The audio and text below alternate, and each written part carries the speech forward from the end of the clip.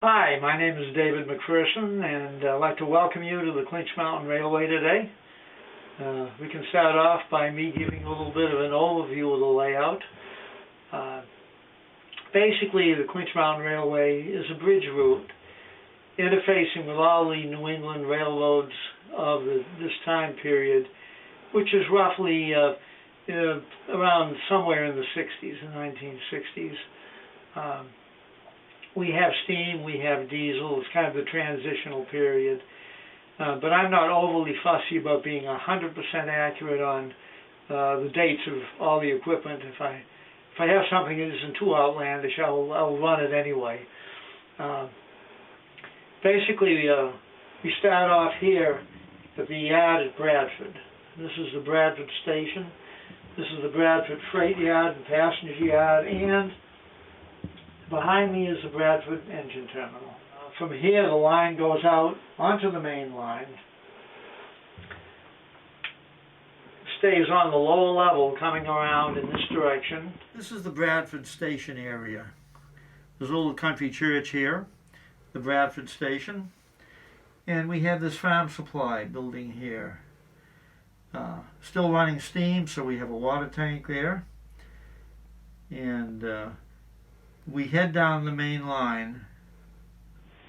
It goes back under two bridges and starts to climb up a grade, goes through the tunnel in that mountain, and then we get onto the grade coming up by furniture company there, and also the Crawford station. Going on from there, the main line is on the high level now, crossing over one of the bridges that we originally went under. And the line comes around here on the high level, all the way over to this area here. This is just a very small station here. This is Beecher Falls.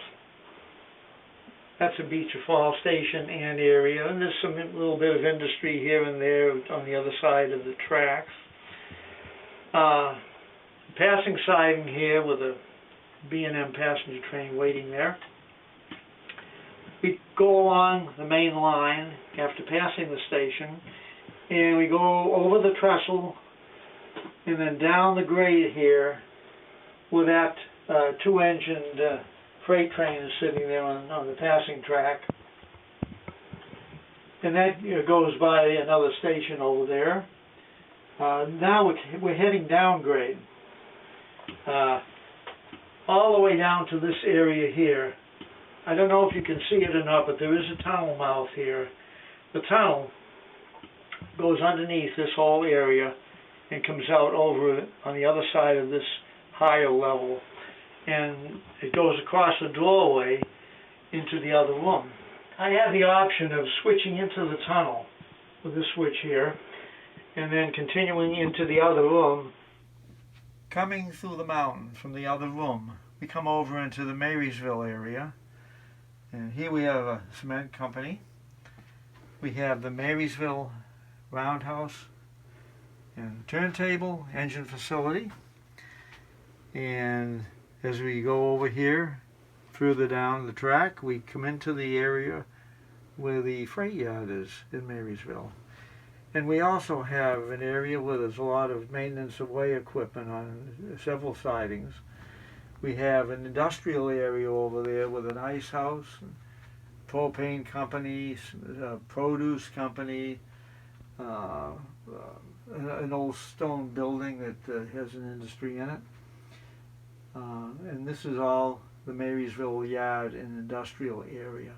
We are at the Marysville depot right now. Signal tower there, interlocking tower in front of the station. We go around the curve here on the main line, and we go through an industrial area that's very heavy with industry. There's all kinds of businesses here. There's a dairy, there's a monument company, there's a Railway Express building, there's an oil tank there for the Granite State Utilities Power Company, the generating station.